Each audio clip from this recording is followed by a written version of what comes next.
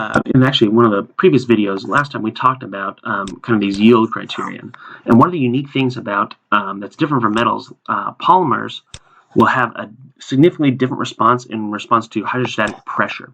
And that's going to change your yield criteria considerably. So pressure is going to pack our sample together, especially if it's compressive.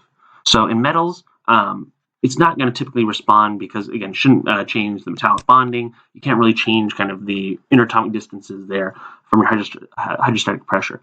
However, because of the non-specific, weak, intermolecular interactions in your crystalline state and the distance between the polymer molecules, your hydrostatic pressure can have a huge difference or a huge effect on essentially your, mechanical properties and essentially the yield criterion.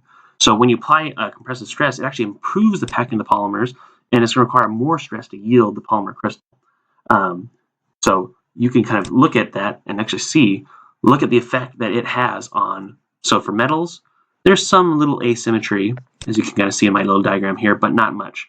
But for polymers, look at this yield criterion for von Mises compared. We have a much larger area in this kind of compressive region. So we can see, again, that this compressive stress, as we can, again, improves the packing of the polymer, so more stress to yield the polymer crystal. Outward pressure will decrease the amount of energy to form essentially the material, because, again, you're pulling the material kind of apart here. So that's kind of, you can see the little bit of the dip here as well. So again, as we're in tension, we're pulling those, if I'm in tension, generally, I'm pulling my, lamella apart, so they become weaker, so less stress is actually applied. So the yield criteria for polymers is not symmetric, as is the case for the metals. Additionally, your crazing yield line can only occur under tension. So it's only going to occur on this kind of side of the curve. This is actually, nothing's going to kind of happen around here. And the big thing, again, is that asymmetry in the yield surface under compression. So as we pack those polymers kind of tighter, again, it's going to be harder to, they'll be able to kind of withstand because, again, we're reducing that intermolecular distance here. And we know that the force is as d to the minus 6 for van der Waals interactions. So you have this kind of asymmetric yielding. So very, very interesting, again. But also the onset of yielding will be temperature and time dependent. So yield stress dropping to 0, Tm or Tg, depending on the type of polymer. So that's about it for our for this kind of asymmetry in the yielding. Now there's in the notes, and you could, if anyone wants access to my OER book, that'll be coming out very, very, very soon. So just leave a note in the comment section if you want access to these notes. But you could also take an atomistic perspective of polymer yielding. It's very similar to kind of how you describe essentially slit and defect motion in metallic materials. So you can look at, again, polymer molecules frozen in the amorphous state, and then, again, frozen low temperature, minimal free volume. But then, as you apply stress, basically you're modifying this energy barrier to jumping. And it's basically this activated jumping model called the Ewing theory of viscous flow. So as you shear the material, it's actually unbelievable. It's kind of like you're adding thermal energy. So it's basically applying a stress reduces the hopping, reduces the barrier for hopping in the direction where stress is applied. So, but under compression, again, you could, the sample reduce the energy barrier to flow direction orthogonal to compression. So as you apply a stress, there's basically, you lower this hopping, you can kind of see the example here. So this is my delta G, but when I have stress, now my delta G decreases by this amount. So I only have to hop a lower area, so it basically activates the motion of polymers. So you could kind of see and actually derive kind of this forward, backwards jumping rate and actually get an expression for essentially the strain rate as a function of this free energy. So it's a really cool kind of idea. And then so you can kind of read through that. Again, it's not going to be covered on an exam, but it's just fun.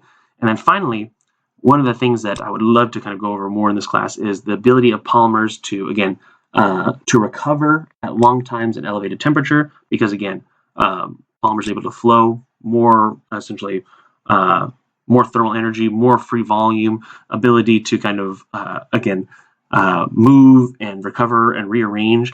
But polymers can also self-heal. And this self-healing behavior is becoming more and more of a really, it's already a really hot research topic. But certain polymers can intrinsically self-heal and repair cracks via cross-linking, or using some type of kind of triggered polymerization. Also, some materials like silly putty, that are above TG at room temperature, can heal reasonable timescales due to polymer interdiffusion. You can also make, again, extrinsic self-healing polymers that when a crack, basically these microcapsules where I have a polymer matrix. So when there's a crack, it hits these capsules, and the capsules spill out, this resin, and the polymer self-heals and fills this crack. So the crack stops propagating.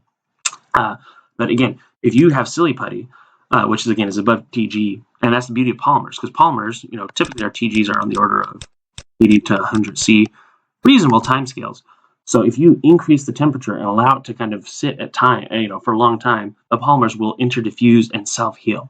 So it's a really cool kind of idea, and we actually kind of look at that again in our in-person demos.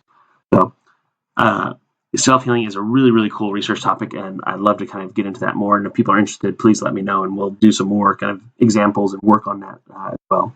So that is the end of Mech 202. I've posted an additional problem on basically gels, polymer gels, so you can kind of read through that at your leisure, but it won't be covered on any exam materials or PSET. So that's just for fun and for basically for you to have this as you go forward. So I hope these videos have been informative. If you would like me to make some more videos, or if you have any questions or example problems you'd like me to do, please let me know. Thanks, and I'll see you all in the next course. Thanks. Bye.